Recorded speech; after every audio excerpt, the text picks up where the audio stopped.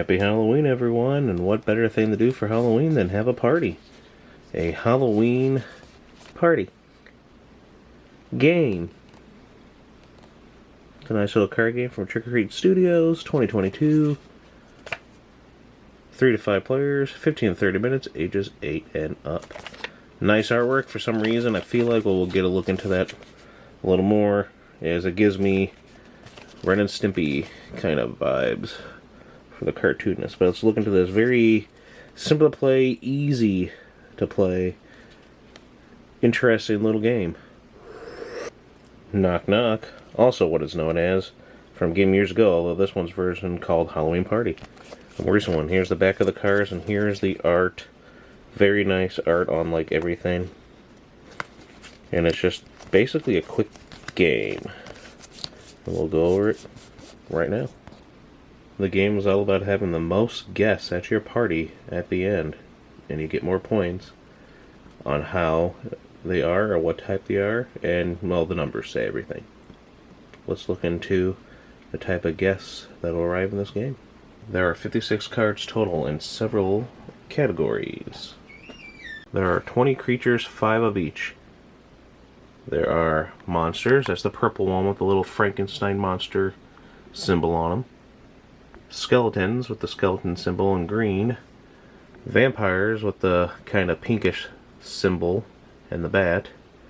And ghosts with the little bluish color and the ghost symbol. Those are the main types. Well, there's also special ones like pumpkins, but there's only a few of those. And 2 other special cards. The hearse and the headless horseman. To begin the game, take 3 of each type of creature into a setup deck. Then deal 2 cards face up from the deck in front of each player. While the card is face up in front of you, it is referred to as a guest of your party. Shuffle the rest of the cards together, along with any cards that remain in the setup deck, to form the general deck. Deal 3 cards from this combined deck to each player's hand of cards. Only you may look at your hand of cards. Finally, deal 3 cards, or 4 if there are only 3 players, from the deck into a face-up display of cards in the center of the table. Besides those basic guests, you have different types of guests too. The ones with the bow ties are hosts. Take a look at each one. The bow tie, those are the hosts.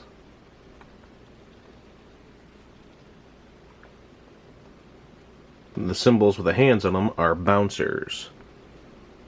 And there's one for each category as well. Bouncers. The cards with the disco balls on them are revelers. Revelers.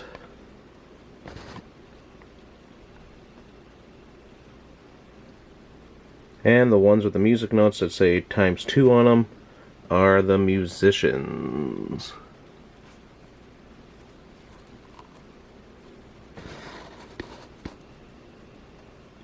Altogether, there are 12 hosts, and then 4 of each of the other ones.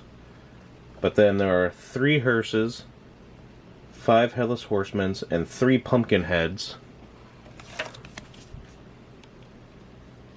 But only 1 pumpkin hostess.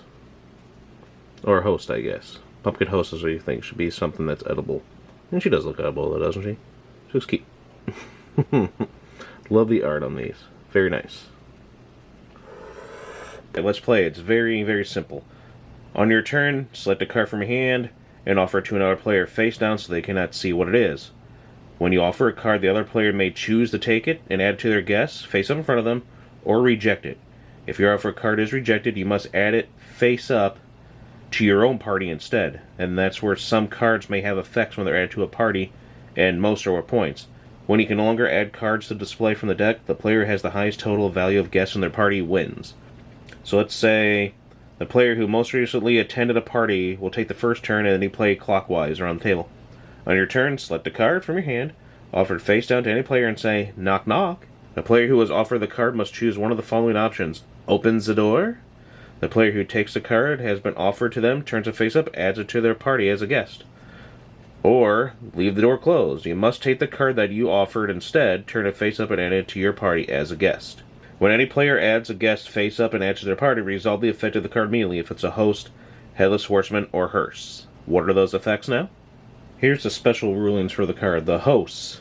When the other player reveals a host that would be added to their party, instead, you would take both the host and any other card of the same type as the host from that player's party and put into yours. If there are multiple guests matching the host type, you may choose which one of those to take. If there's no matching guest to the host type at that party, you get nothing. The person gets nothing, the player. The disappointed host is discarded instead. The Headless Horseman. When the other player reveals a Headless Horseman adds to their party, take all guests from that party of that type, which that party has the most of, and move them to your party. This is where the bouncer comes in. If they have a bouncer for that type, you must take the next most populous type of guest for which there is no bouncer instead. If there's a tie, you choose between the types. Once you have resolved the effect, discard the Headless Horseman back into the box. The hearse. When the other player reveals a hearse and adds to their party, discard all guests from that party of the type which that party has the most of. Again, if they have a bouncer for that type, you must take the next populous type of guests for which there is no bouncer instead. Once you have resolved this effect, discard the hearse back to the game box as well. Some reminders: the guests are ghosts, vampires, monsters, skeletons, and pumpkin heads. Bouncers protect guests of their type from headless horsemen and hearses, but not from hosts. Hosts are not permanently attached to the card they took from a party. That guest might be stolen back by another host in the future. A card only generates effect, remember that, the first time it is turned face up and added to a party, not every time it moves to a new party.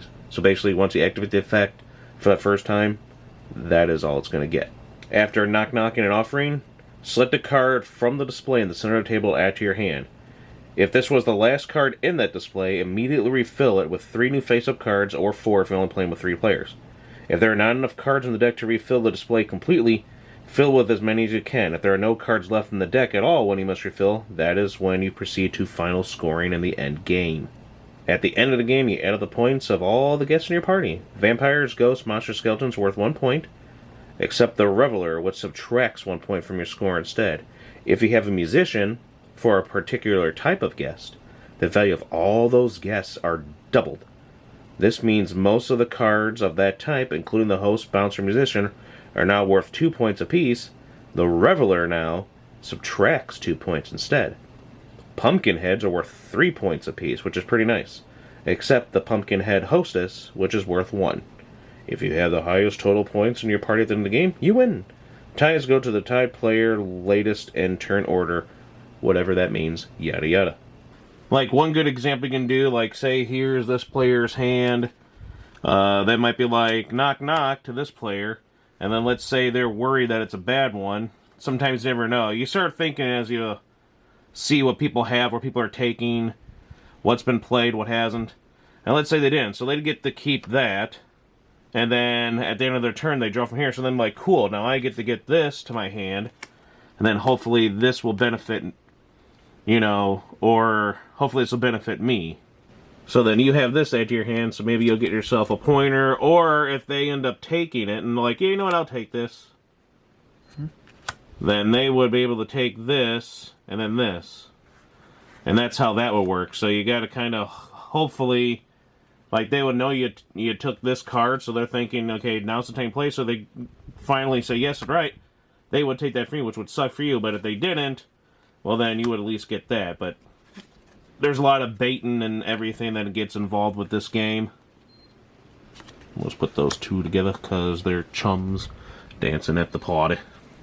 Another example is, you could do this one, because it's worth a point, knock knock to the opponent, and if they say no, well then, you'll get yourself another thing to go, so then eventually you can start, you know, then grab this one, and then you might have 1, 2, 3 points, or you might get the one that says ×2, etc. at having the most of. Now let's say at some point you did get this, we'll just throw this here, and we'll say this one got, you know, played that or whatever. Now let's see what else we got. Let's just say, so they would do this, and then they'd flip over, so this you would take like all these, and then you would take them for your guest, and then this just out of here. And that's the game. Thank you for watching. Don't forget to like, comment, subscribe. It's an okay game. I feel like it definitely benefits more if you had more players, so you can do a lot more stuff. Otherwise, it's kind of not how it should be played. I feel like get the maximum amount of players. I think we all agreed on that. And yeah, knock knock. Halloween Party from Trick or Treat Studios. Happy Halloween, everyone. Hope you enjoyed the party. Like, comment, subscribe, and we'll see if we brew up the next time. Oh boy. Knock knock.